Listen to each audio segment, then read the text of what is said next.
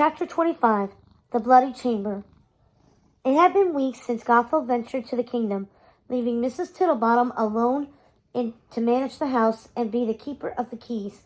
Gothel had given her the keys to the cellar and the library to add to her ring of household keys, but told her not to enter either room. Mrs. Tittlebottom felt like the French fairy tale bride who was given the keys to the chateau and told she was welcome to enter any room she wished except one. Of course the French bride did it anyway, but that is another story altogether. Unlike the French bride, Mrs. Tittlebottom didn't want to know what was in the cellar. The way she figured it, the less she knew, the better. Oh, she had her theories, and if she had allowed herself to sit down and think about it, she would have put it all together, and in reality, she had. But she chose to put it out of her mind. Over the years, Mrs. Tittlebottom had become very good at avoiding trouble, and she wasn't about to go falling into a deep pit of it now, because that was what she foresaw, trouble. Not that she was a witch, saw things in that way, but she had common sense, and could see Gothel was about to bring trouble upon all their heads. No need to make more trouble by going into that cellar. I don't need to know what's in there. Besides, she knew what happened to the bride in that French fairy tale when she entered the forbidden room. She lost her head when her husband came home and ended up in the bloody chamber with his other headless brides.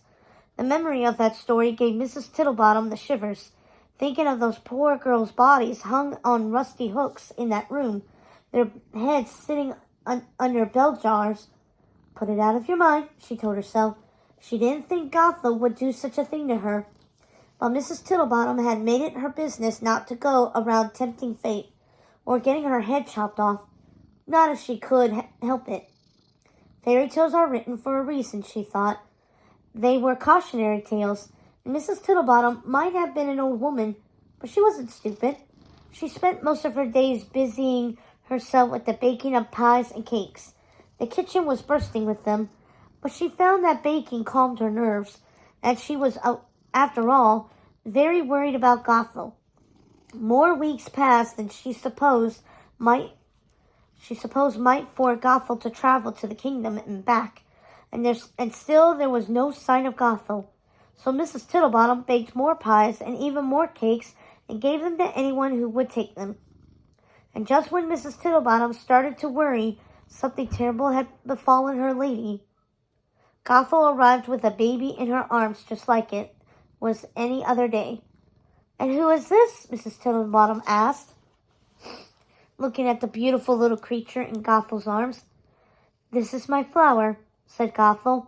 We should probably find someone to care for her until she is older. She handed the baby over to Mrs. Tittlebottom like she was a sack of potatoes.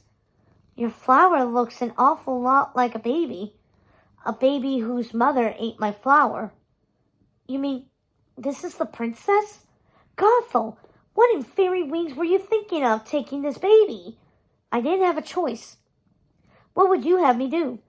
Her father's army destroyed my kingdom for something that didn't belong to them and gave it to his queen, who bequeathed it to this creature.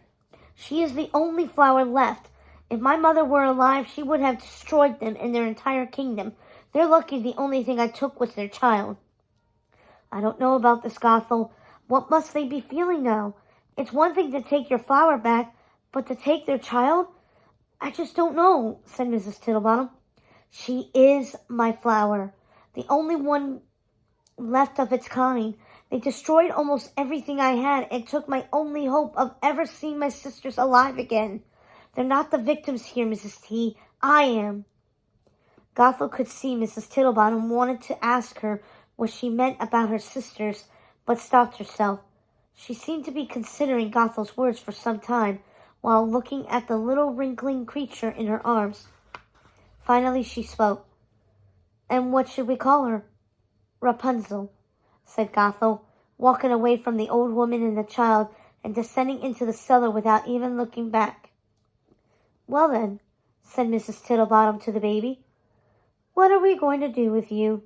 We can't very well hire some gossipy wet nurse, not when it's certainly you've been spirited away from the royal family. Gothel had become more reclusive since the odd sister's last visit, and since the situation, as Mrs. Tittlebottom had called it, and she became even more so after she brought Rapunzel into their lives. She spent most of her time either down in the cellar or in her library. She would pop out once a day, take the baby into her arms, sing her a little song, and then rush back to whatever she was up to in the cellar. With the help of her sister, Mrs. Tittlebottom found a wet nurse for Rapunzel, one they paid handsomely to keep quiet about the baby. Mrs. Tittlebottom had made up a story about one of Gothel's sisters having the child out of wedlock, and said that was the reason for the secrecy. Mrs. Tittlebottom thought it was the perfect ruse. She knew her sister wouldn't be able to keep the secret and would spread it far and wide. Gothel's sisters were often mentioned by wagging tongues in the village, and Mrs. Tittlebottom made sure Lady Gothel was made out to be some sort of saint for taking on her sister's burden. By all accounts, everyone in the village thought Gothel was like a fairy godmother to the child. Mrs. Tittlebottom had made sure they paid Mrs. Pickle, the wet nurse, promising her the position of governess once the baby was older. And Mrs. Pickle was a marvel, which was a miracle to Mrs. Tittlebottom, who needed more help than ever around the house. Mrs. Tittlebottom often thought Mrs. Pickle had been sent to her from the gods to help her raise the baby, and Mrs. Pickle was happy to have a child and a family to care for, and a place to call home. She took the small room upstairs and shared it with Rapunzel, so she would never be too far away from the child. She watched her like a hawk, and was ferociously protective of her. She never spoke of it, not even with Mrs. Tittlebottom, but the old woman knew that the poor Mrs. Pickle had lost her family in some tragic way, and that she was happy to have a means to occupy her time and fill her broken heart. And so it went for many years, while Rapunzel grew and flourished under the care of those doting women. Mrs. Tittlebottom stuffed her with treats and smothered her with kisses at every opportunity, and Mrs. Pickle saw to her meals, baths, and daily excursions through the wild flower fields, always careful not to venture too far away from home, else Lady Gothel would become anxious, and every day like clockwork, Gothel would swoop in on the child once nightly before her bedtime to sing her a song and brush her hair, and then she would go directly back into the cellar, where she would spend her nights.